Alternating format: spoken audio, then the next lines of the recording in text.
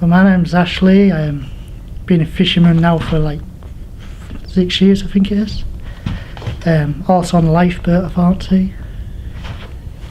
So why did you start fishing? Is there a family history of fishing at all? Not through my family, it's through a friend from the beach when I used to fish for the Sea Angling Club, and that got me into it. So what was his connection or her connection with the fishing?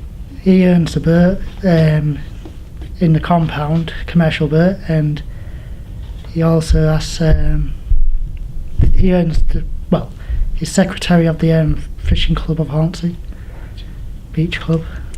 So what was it like to do your first fishing trip? Can you remember it very well? Yeah, it was calm. But now I've had a few rough sessions.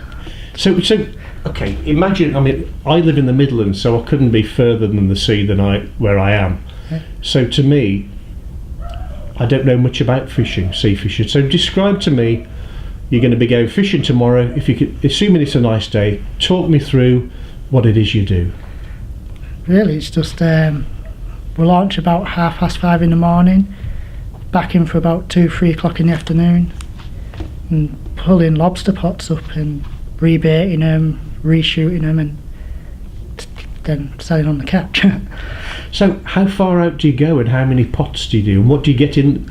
Tell me about how you bait the pots, what you get in there, what catch you choose to keep, and so on. Because I'm an idiot, I know nothing. This time of year we're baiting on mackerel, and then we're catching lobsters at the moment, the odd crab. But it's lobster season, not really. But it's just about to turn off lobster season. So what other sort of catch do you catch for the rest of the year? Bit of lobster, few crabs, and that's it really. The odd fish, but nothing. But you don't do any sort of fishing for sort of cod or sea bream or anything like that? No, not really. No. So why does fishing happen in Withersea at all? Because it used to happen all up and down the coast at one time, many years ago, but it seems to just be mainly here and Withersea and Hornsey now. Why is it in those two areas, do you think? Or? I'm not sure, to be honest. Yeah. But if you ask half the brid birds, if we had a harbour in Hornsey, they'll come down here. Is it because there's no deep sea harbour to get the boats in? Is that the idea?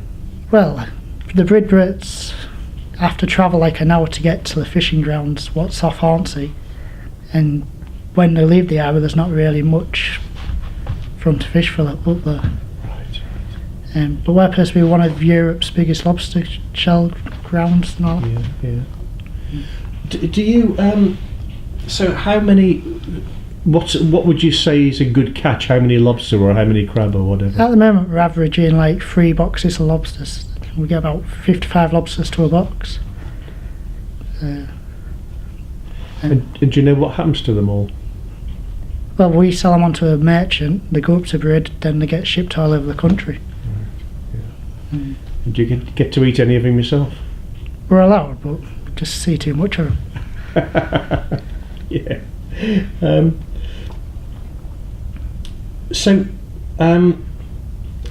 Do you, obviously there's the care of the fish, how do you fish in a sustainable way? Do you sort of take pride in that in particular here? Yeah, we take all, we've got a set size to take back. So if they're under, we chuck them back, and some of them, if they got a dodgy claw, we'll notch them and put them back. But that's mainly the females, so they can reproduce more lobsters. And can you tell me about the V-notching, what that's all about and why you do it? It does it so nobody can land them. So tell me physically what you do with a V-notching. Tell me physically, if you're on a boat and you get a V-notch a lobster, tell me what you do. Yeah, we've got this special gadget, and you just squeeze it into the tail. The two fingers, if you want to call them that, at the back of the tail, and you just take a piece of the tail out. And what does that actually do? Why do you do it? It's just nobody can take them, and then if you're only supposed to do it to females, so then Okay. So tell me, what's the good thing about being a fisherman? You get to see really good sunsets and sunrises.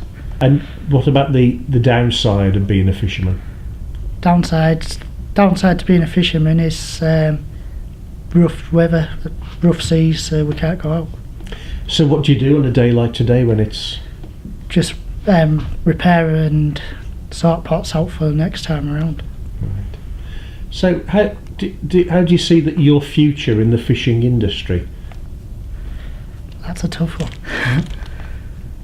Hopefully it's going to get better.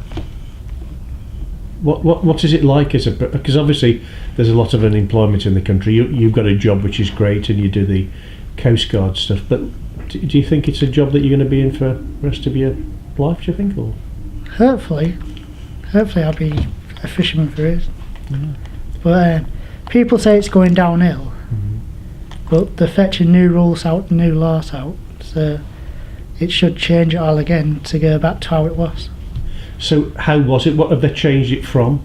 How have these things happened? They're just fetching more quotas in and that for fish and lobsters. They're thinking about putting size limits up. Crabs they're putting size limits up. So will that maintain the stock, or will that mean you'll just catch less?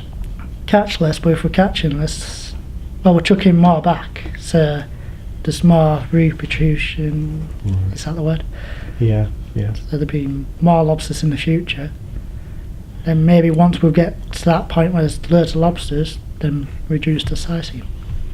Right, so it's a matter of not just fishing them all out in one go and then they all disappear. It's sort of... Try to reboost the... What about other sort of fish? Is there any future in sort of fishing cod or salmon or bream or whatever?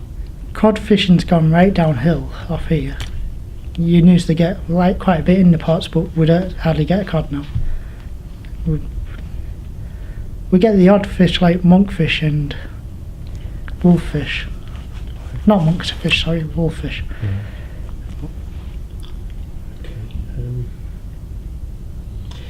Do you have any superstitions in the fishing yard about things that you won't do or say or touch or whatever? Oh, be for hours. Go on then, tell me some of them. Some fishermen don't start a weekday on a Friday. Some don't go out on a Friday the 13th. Some don't say pigtails, and you don't say rats on board, because then the person get rats, or I don't know what the one is about pigtails. So what do you call rats on board then if you got them? If you was on a fishing boat and you said a rat, they guarantee in a harbour you've got a rat on board next to a live one. And so what other superstitions are there? Are there any things that you do for luck or... touch wood. That's a big one. But not really, I think that's the main ones, but some other fishermen might tell you others. Okay. And there's supposed to be one where you're not allowed females on board, but we've had females on board and they've brought us luck.